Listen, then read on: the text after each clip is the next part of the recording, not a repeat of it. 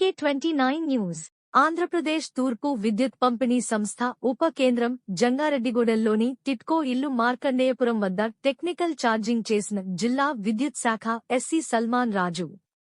ఈ సందర్భంగా ఆయన మాట్లాడుతూ గౌరవ ముఖ్యమంత్రి నారా చంద్రబాబు నాయుడు నాణ్యమైన విద్యుత్తును చౌక ధరలకే ఇవ్వాలనే సంకల్పంతో అనేక కార్యక్రమాలు విద్యుత్తు రంగంలో చేపడుతున్నారు. అందులో భాగంగానే ఈ రోజు మార్కండేయపురంలో ఒక నూతన సబ్స్టేషన్ ఛార్జ్ చేయడం జరిగిందని, జంగారెడ్డిగూడెం టౌన్ కి నాణ్యమైన విద్యుత్ లభించడమే కాకుండా 24 గంటలు కూడా నమ్మకమైన విద్యుత్తు అందరికీ లభిస్తుంది అని అన్నారు.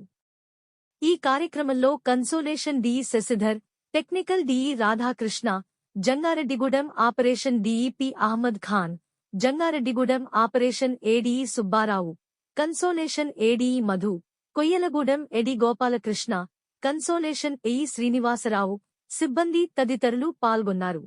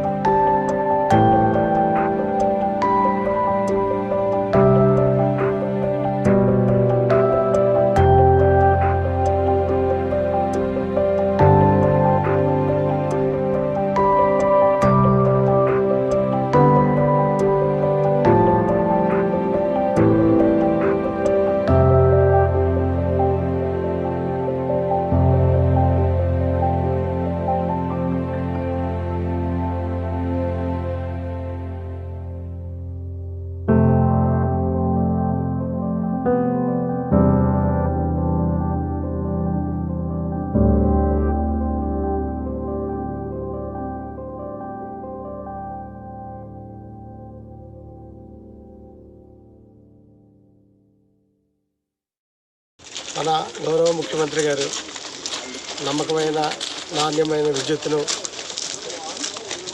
చౌక ధరలకే ఇవ్వాలనే సంకల్పంతో అనేక అభివృద్ధి కార్యక్రమాలు విద్యుత్ రంగంలో చేపడుతున్నారు.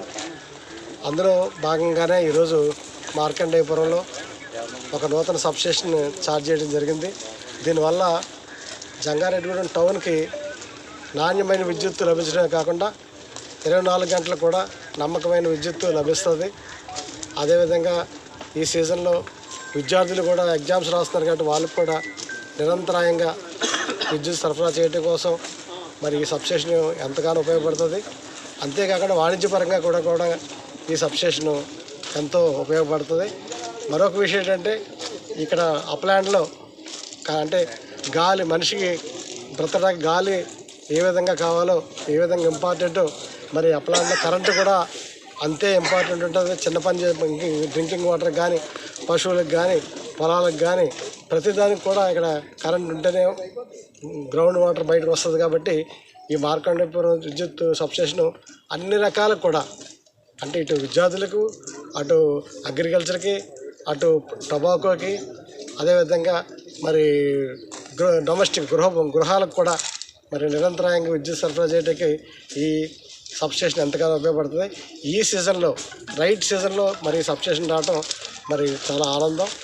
దీని ఫలితాలు మనం త్వరలోనే చూస్తాం.